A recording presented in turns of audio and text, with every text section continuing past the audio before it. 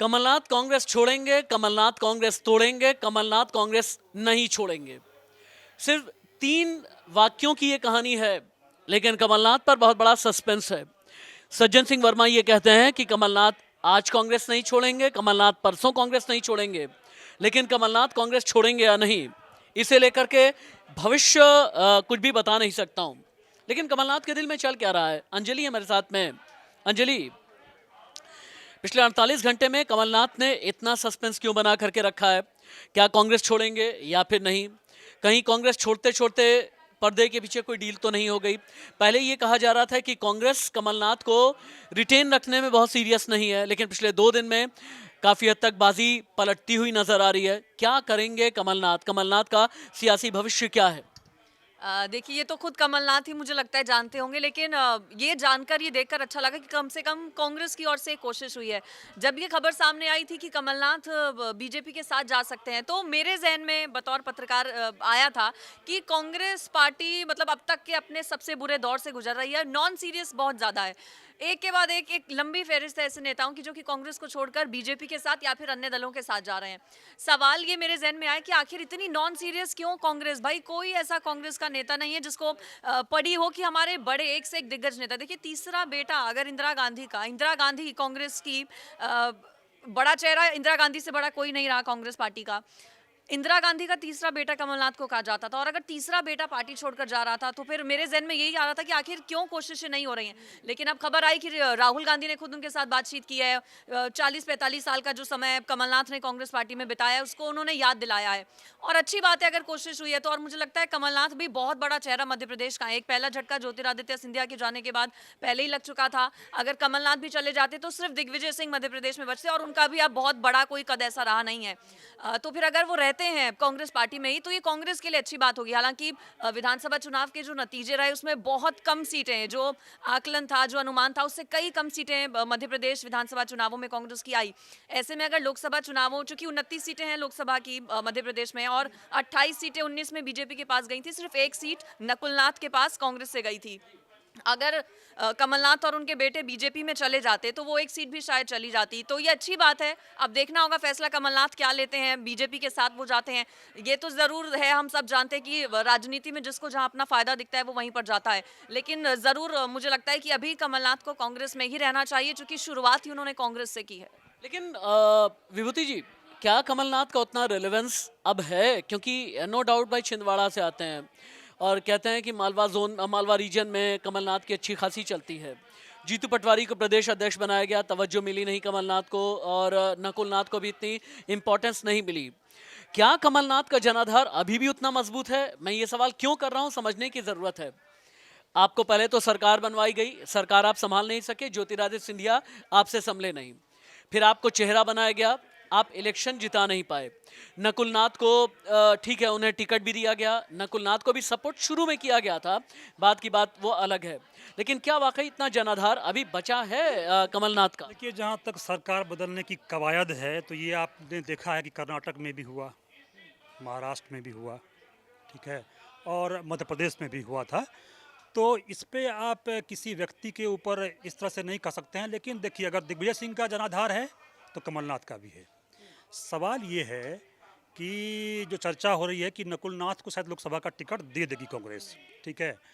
तो अगर ये प्रेशर पॉलिटिक्स जो खेला है कमलनाथ ने, चूंकि उनका एक सॉफ्ट हिंदुत्व का भी रहा है कमलनाथ का, वो आ जाए बड़ी बात नहीं होगी। लेकिन समस्या ये है कि बीजेपी के लिए भी बहुत मुश्किल है उसको स्वीकार करना। रविंद्र जी, ऐसे नेता क्या बहुत खतरनाक नहीं होते हैं? जैसे आएंगे जाएंगे, रहेंगे नहीं रहेंगे। राजस्थान में सचिन पायलट, एमपी में कमलनाथ। ऐसे नेता किसी भी पार्टी के लिए बड़े खतरनाक हो सकते हैं मेरे ख्याल से। बिल्कुल खतरनाक बिल्कुल हो सकते हैं। इसकी बड़ी वजह ये है कि ऐसे नेताओं की जो ज़मीनी हकीकत है वो बहुत अलग अलग होती है। अगर हम इस मौजूदा सिचुएशन की बात करें, जो हालिया सिचुएशन कमलनाथ की बात करें, कमलनाथ का एक वोट बैंक एक सीमित दायरे में सीमित है। अगर हम छिंदवाड़ा की बात करें तो कमलनाथ सिर्फ छिंदवाड़ा तक ही सीमित रहते हैं, और बीजेपी को ये बात अच्छी तरीके से शायद पता भी होगी, इसीलिए उन्होंने कमलनाथ को ज़्यादा भाव भी नहीं दिया, उनकी तरफ वो ज़्यादा भागे भी नहीं। लेकिन ये बिल्कुल सही बात है कि जो दल बदलू जो नेता होते हैं उनकी वजह से पार्टी को अच्छा खासा डेंट पड़ता है। एक मिनट रुकिएगा। कमलनाथ को मनाने की कई लोगों ने कोशिश की, संदीप संदीप लेकिन जीतू पटवारी से माने नहीं, दिग्विजय से माने नहीं, खबर ये आ रही है कि सज्जन सिंह वर्मा से मान गए। क्या है ऐसा सज्जन सिंह वर्मा में? निश्चित तौर पर हम सबको पता है कि कहीं ना कहीं सज्जन सिंह किस विवाद से जुड़े रहे हैं 84 के, और उसके बाद इनका कमलनाथ का भी नाम आया है। हालांकि सज्जन कुमार से ये थोड़े जगदीश टाइटर और सज्जन से थोड़े पीछे रहे हैं उस मामले में, लेकिन इनका भी नाम आ चुका है। चूँकि ये पुराने कांग्रेसी हैं, इन्हें इंदिरा गांधी का तीसरा पुत्र कहा जाता है, तो जाहिर सी बात है इनके पास वो तमाम इनकी बातें उन तमाम लोगों से होती होगी जो कांग्रेस की मुख्य बातों को जानते होंगे। तो पुराने दोनों नेता रहे हैं और दोनों नेताओं में मुझे लगता है कि पुरानी बातें हुई होगी, पुरानी बातों को जोड़कर नए तार जोड़े गए होंगे, और इसी के बाद शायद अभी जो लेटेस्ट खबर आई है या आज जो खबर आई है कि शायद वो बीजेपी का रुख नहीं भी कर सकते हैं। तो निश्चित तौर पर मान मनोबल की हो रही है। कल राहुल गांधी ने बात की, ऐसी भी खबरें आई थी। इधर से बीजेपी से क्या उनके डील फाइनल नहीं हो पा रही है, क्या 84 का मुद्दा बीच में आ जा रहा है, तो ये तमाम चीज़ें हैं। लेकिन सज्जन कुमार से अगर बात हुई है तो निश्चित तौर पर इसलिए बात हुई क्योंकि दोनों पुराने कांग्रेसी है और निश्चित तौर पर उन्होंने पुरानी बातों को तरोताजा। मैं माफ़ी चाहूँगा संदीप जी, इसमें ये जो आप जो नाम ले रहे हैं ना, ये सज्जन सिंह वर्मा है, ये सज्जन कुमार नहीं है। सज्जन कुमार आउटर दिल्ली के एक तरह से ओबीसी के नेता हैं और उनका नाम 84 के दंगे में आता है। तो अपने दर्शकों के को ये बताना बड़ा ज़रूरी है कि जो सज्जन सिंह वर्मा हैं वो मध्य प्रदेश के कांग्रेस के नेता हैं, उसके माफ़ कीजिए बीजेपी के नेता हैं जो इसमें मध्यस्थता कर रहे थे। तो एक क्लैरिटी बिल्कुल हम रख लेते हैं कि सज्जन सिंह और सज्जन सिंह वर्मा के बीच की क्लैरिटी है। आप संदीप ने इस वीडियो में जो कहा है उसमें एक क्लैरिटी ज़रूर होनी चाहिए। ये कन्फ्यूजन इस वक्त मैं भी दूर करना चाह रहा था, लेकिन तब तक रवीन जी ने ये कन्फ्यूजन दूर कर दिया। कुछ कहना चाहते हो क्या दानिश? मैं अंदर की बात बताना चाह रहा हूँ कि बीजेपी नकुलनाथ को लेने के लिए बिल्कुल तैयार है, कमलनाथ को लेने के लिए तैयार नहीं है। उसकी वजह है कि जो सिख दंगा हुआ तो उसके वो आरोपी में शामिल किए गए हैं कमलनाथ। इस वजह से उनसे थोड़ा सा अपने आप को पीछे हटने की कोशिश कर रही है। फिलहाल ये राजनीति में तो कुछ भी संभव हो सकता है, लेकिन अभी तक यही मसला अटका हुआ है कि नकुलनाथ को एक्सेप्ट करने को तैयार है, कमलनाथ को एक्सेप्ट करने को तैयार नहीं। यानी नकुलनाथ ज़रूरी हैं और कमलनाथ से बनाई हुई दूरी है बीजेपी की तरफ से।